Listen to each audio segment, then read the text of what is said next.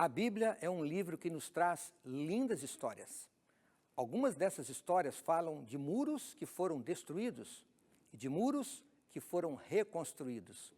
Essas histórias trazem lindas lições espirituais para a nossa vida. E é disto que vamos falar hoje.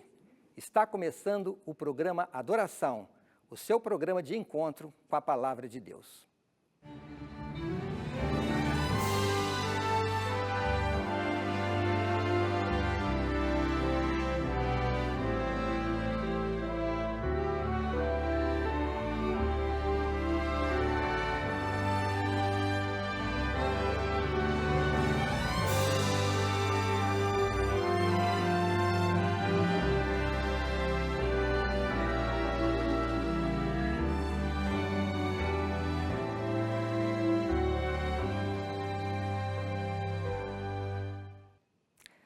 Olá, seja muito bem-vindo ao programa Adoração. Muito obrigado porque você está com a gente. Obrigado pela honra da sua audiência. Sempre que eu venho aqui, como diretor-geral, eu agradeço em nome de toda Novo Tempo, porque você está conosco. A você que é um anjo da esperança, a você que ora pelo Novo Tempo e, claro, a você que nos honra com a sua presença. A razão de tudo que nós fazemos aqui é alcançar o seu coração, entrar em sua casa, levando a palavra do Senhor. É isso que vamos fazer agora, estudar a Bíblia. Mas antes, eu quero aqui mais uma vez oferecer um novo guia de estudos da Palavra de Deus, a revista Esperança, com o tema Eu Creio, aonde você vai encontrar aqui respostas a muitas das perguntas que estão no nosso dia a dia. De onde nós viemos? Para onde nós vamos? O que dizer sobre o estado dos mortos? O que a Bíblia tem a dizer a respeito do futuro? O que a Bíblia tem a dizer a respeito de Deus, os seus ensinamentos para nós. Você vai aprender aqui um pouco mais sobre a linda mensagem da volta de Jesus, as crenças fundamentais contidas na Palavra de Deus. Olha, esse novo guia de estudo já está disponível para você. E se você quiser receber em sua casa, no endereço que você desejar, você pode ligar para a gente, ok? Você pode entrar em contato conosco, a nossa central de atendimento. O nosso telefone é 0 operadora 12 2127 3121, onde você vai solicitar o seu guia de estudo. Se você desejar, pode mandar também uma mensagem no WhatsApp. Quero o guia de estudo Eu Creio. O nosso WhatsApp é 12 98244 4449. É um prazer para nós abrimos a palavra de Deus na sua casa e que esta palavra transforme o seu coração. Para isto, nós vamos orar agora, antes de abrir a Bíblia, pedindo a unção do Espírito. Se você puder, feche os seus olhos e me acompanhe nesta prece. Se não puder, mantenha o seu pensamento no céu. Nosso grande Deus e Pai querido, obrigado pela oportunidade de estudar a Tua palavra. Que o Senhor esteja conosco agora com Teu Espírito, nos iluminando. Lhe pedimos agradecidos, em nome de Jesus. Amém. Quando eu era bem pequeno, eu fazia algumas artes de criança. O meu pai tinha uma fábrica de artefatos de cimento armado e ele fazia placas de muro para colocar muros para as pessoas que contratavam o seu serviço. E quando eu bem pequeno ia lá na fábrica do meu pai, de vez em quando eu corria em cima daquelas placas que estavam ainda com a massa fresca e deixava ali as marcas do meu pezinho. Eu nem preciso dizer que o meu pai me deu alguns puxões de orelha. Mas eu me lembro de um fato curioso. O meu pai pegou alguma daquelas placas que estavam com a marca do meu pezinho e ele levou lá para a nossa casa. E ele colocou aquelas placas lá no quintal de casa, que ficavam atrás de uma goiabeira. Eu gostava de olhar ali as marcas do meu pé naquela placa de muro. Eu gostava muito e eu acompanhei durante muito tempo as marcas, até que com a chuva, com o tempo, elas foram desaparecendo. Mas o que me chamou a atenção é que aquele muro, quando ele foi construído, ele tinha apenas 2 ou 3 placas.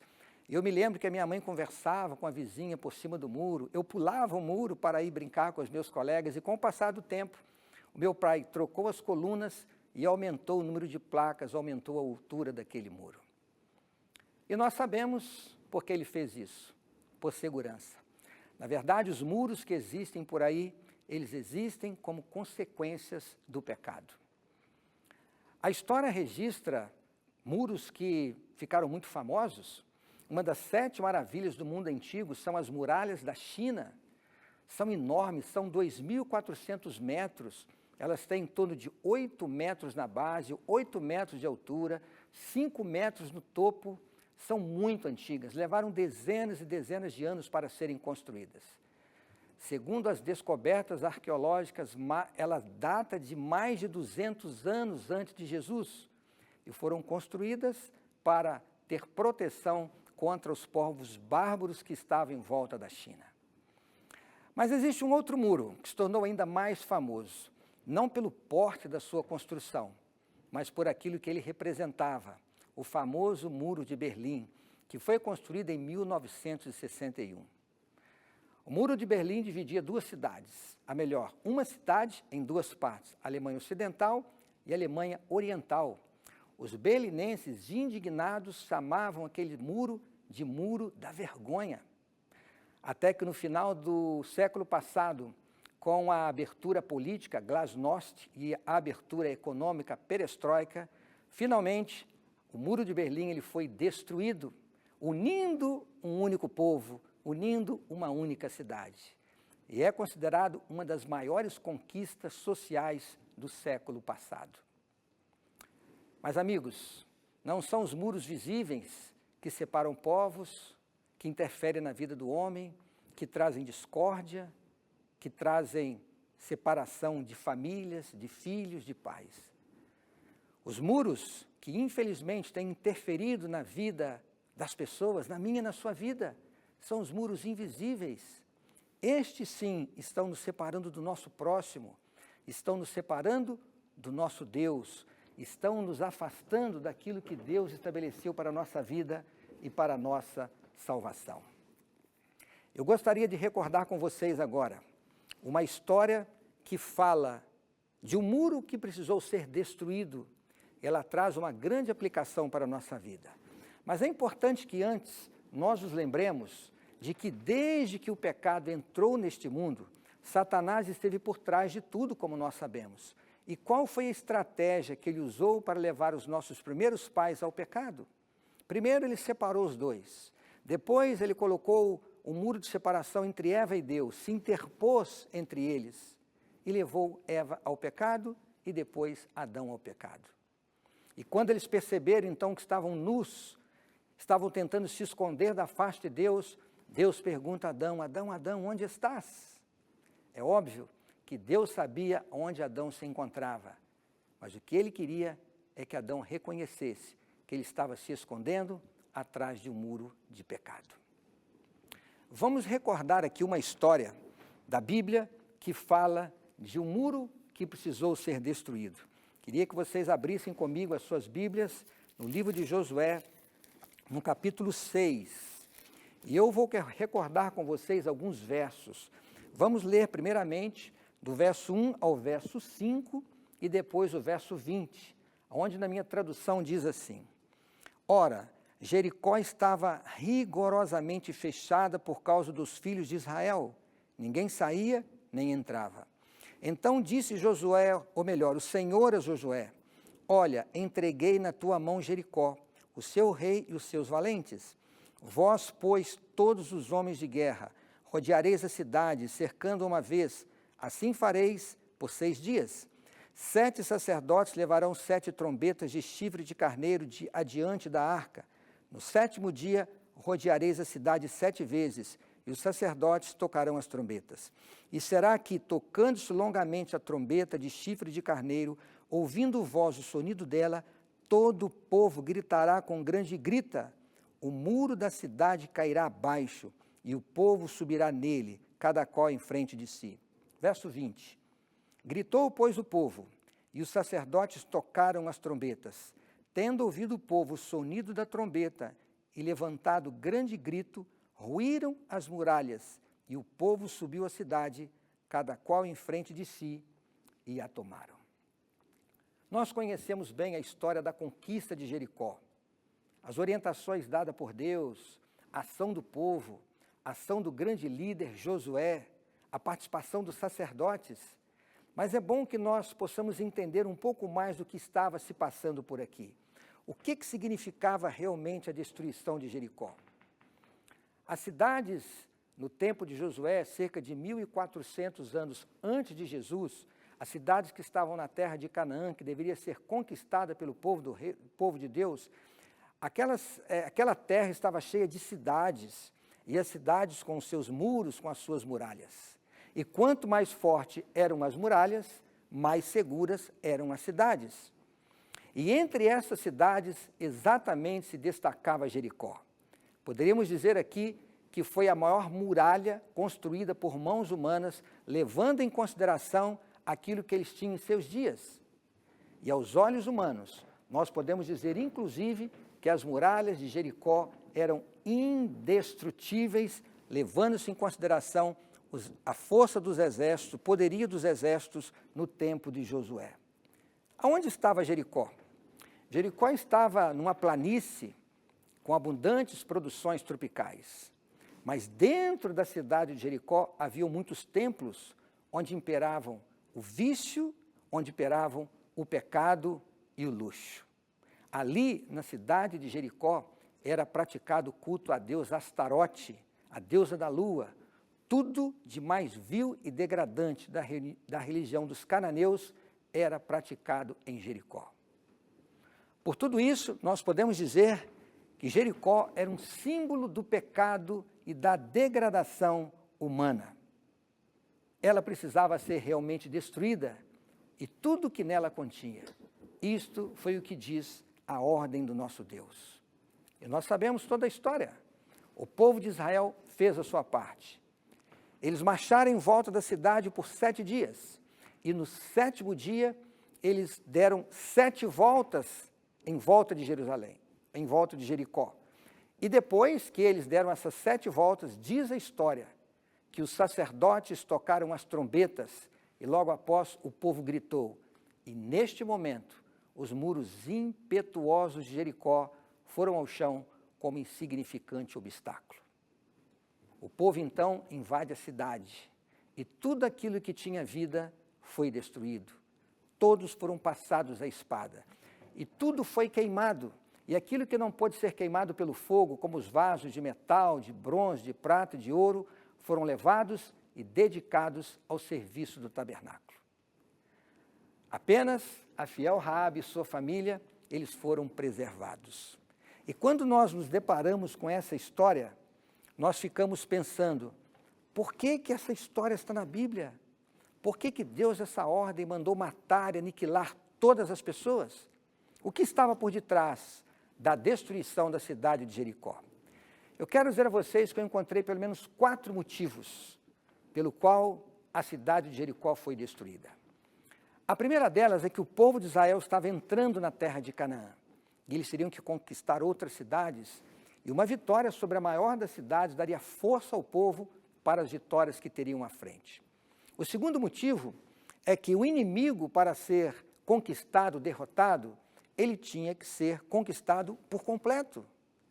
Existe ainda um terceiro motivo, de que as vitórias dos exércitos eram creditadas aos deuses, e certamente aquela vitória do povo de Israel atrairia a atenção dos povos que moravam na terra de Canaã a reconhecer quem era o Deus do povo de Israel. Mas, amigos, estas não foram as razões principais. A razão principal era que Deus estava levando a juízo o pecado. E aqueles que permaneceram no pecado foram destruídos com ele. Lembre-se disto, meu amigo e minha amiga.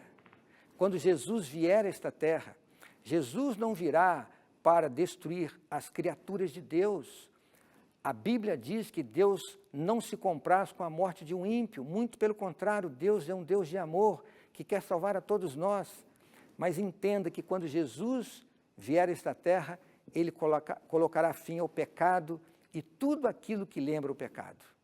E aquelas pessoas que permanecerem nos seus pecados, que não se arrependerem dos seus pecados e não abandonarem os seus pecados, serão destruídos com eles. Eu posso afirmar aqui também que com toda segurança, O povo que morava em Jericó, eles tiveram ampla oportunidade para reconhecer o Deus que estava em suas portas, o Deus do povo de Israel.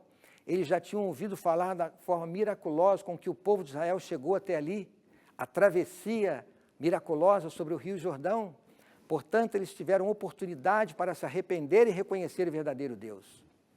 Mas o que a história nos diz? Que eles permaneceram ali, confiando em suas fortalezas.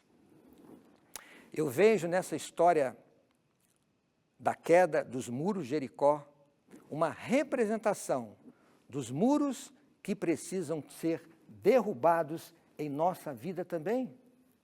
Eu afirmo a vocês que esses muros não apenas precisam ser derrubados, mas eles podem ser derrubados. Não existe uma vitória espiritual, não existe felicidade plena, não existe uma igreja forte, harmonia no lar, onde existem muros de egoísmo, do orgulho, dos interesses pessoais, de preconceitos e incompreensões. Amigos, esses muros precisam ser destruídos. Esses muros estão dividindo famílias, afastando filhos dos seus pais, afastando o homem do seu próximo e, acima de tudo, afastando o homem de Deus. Se nós formos até o nosso Senhor Jesus Cristo, estudarmos a sua história mais uma vez, nós vamos chegar à conclusão que Jesus veio a esta terra para derrubar as muralhas das injustiças, as muralhas do pecado. Ele veio para transpor esses obstáculos para trazer a salvação. Aquelas pessoas que eram injustiçadas, que eram desprezadas, Jesus comia em suas casas, Jesus pregava nas portas de suas casas, Jesus tocava as suas feridas. E se nós somos a Bíblia, nós vamos encontrar muitas histórias, como daquela mulher Ciro-fenícia, na divisa das cidades de Tiro e Sidom, a história de Mateus, a história de Zaqueu, a história da filha do centurião e tantos outros casos. Pessoas que eram desprezadas, Jesus as acolheu e Jesus atendeu às suas necessidades. É disso que nós estamos falando. Esta é a lição que temos que extrair a respeito dessa história. Porque quando nós vamos para a sociedade lá fora, dói o nosso coração ver todas as atrocidades que estão acontecendo por aí. O que dizer daqueles líderes escolhidos pelo povo, que deveriam estar ali para servir o povo, mas agem de forma contrária, promovendo a violência, a corrupção, o enriquecimento ilícito? E o que dizer das famílias que estão sendo atacadas, lares que estão sendo divididos? E qual é o resultado de tudo isso? Nós vemos uma comunicação obscurecida, as pessoas não se entendem, e com isso vêm as doenças emocionais, os assassinatos, os suicídios e todas as atrocidades que estão acontecendo por aí. E como eu já disse aqui, impera principalmente os muros que estão separando a criatura do Criador. Não importa quão grandes sejam os muros que estão diante de nós, eles podem e devem ser derrubados. Quando nós vamos à história aqui de Jericó, e nós chegamos à conclusão da história, o que nós vemos ali? O povo de Deus fazendo a sua parte. O povo seguiu exatamente a orientação de Deus, algo que poderia para ele ser irracional. Por que marchar em volta da cidade 7 dias? Por que no sétimo dia tiveram que marchar novamente por 7 vezes? Por que tinham que tocar a trombeta? Por que tinham que gritar? Mas estas eram as orientações de Deus. E nos diz a história que o povo fez a sua parte. E quando as trombetas soaram, quando o povo gritou, os muros de Jericó, eles foram derrubados. E se você perguntar qual foi a razão principal para a queda dos muros de Jericó, nós vamos encontrar a resposta lá no livro de Hebreus, no capítulo 11, no verso 30, aqui nos diz como os muros de Jericó, eles foram derrubados. Diz assim: pela fé ruíram as muralhas de Jericó, depois de rodeadas por 7 dias. Foi a fé daquele povo, a confiança total e restrita em Deus, que os levou àquela grande vitória, àquela grande conquista. Mas que fé é esta? O que precisamos fazer para ter esta fé, capaz de derrubar as muralhas que estão diante de nós? A fé que teve Josué, a ter a visão pela fé que teve Josué. Eu quero voltar agora ao livro de Josué, no capítulo 5, exatamente no capítulo anterior à grande vitória do povo de Deus. Notem a visão que teve Josué a partir do verso 13. Estando Josué ao pé de Jericó, levantou os olhos e olhou. Eis que se achava em pé diante dele um homem que trazia na mão uma espada nua. Chegou-se a Josué a ele e disse-lhe: és tu um dos nossos ou um dos nossos adversários? Respondeu ele: não, sou príncipe do exército do Senhor e acabo de chegar. Então Josué se prostrou com o rosto em terra, o adorou e disse-lhe: que diz meu senhor ao seu servo? Respondeu o príncipe do exército do Senhor a Josué: descalça as sandálias dos pés, porque o lugar em que estás é terra santa. E Josué assim o fez. Quem estava ali diante de Josué? O nosso Senhor Jesus Cristo. Eu quero chamar a sua atenção para a forma com que Jesus se apresentou a Josué. A visão de Josué é que ele viu o capitão da guarda que estava com uma espada desembainhada às mãos. Isso mostra que Jesus estava ali pronto para lutar ao lado de Josué. E quando nós vemos o povo fazendo a sua parte, eu imagino o que aconteceu naquele dia, quando as muralhas foram derrubadas. Quando o povo seguiu as orientações de Deus, e quando chegou o momento final, quando as trombetas soaram e o povo gritou, eu imagino o nosso Senhor Jesus Cristo com os seus anjos, e eles simplesmente sopraram. E os muros indestrutíveis de Jericó foram ao chão. Meu amigo, chegamos aqui ao ponto principal, fundamental dessa história. Eu não sei como está a sua vida hoje. Talvez você esteja passando por uma grande provação. Talvez o seu casamento esteja conturbado. Talvez você que está me assistindo agora está passando uma dificuldade imensa com seus filhos. Talvez alguém esteja enfrentando uma doença na família que tem tirado as forças, tem tirado a esperança.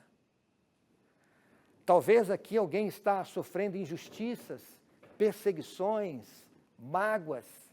Talvez você sinta uma dor no seu coração e você já foi para todo lado e não consegue encontrar a solução. Quem sabe alguém está passando por uma grande crise financeira.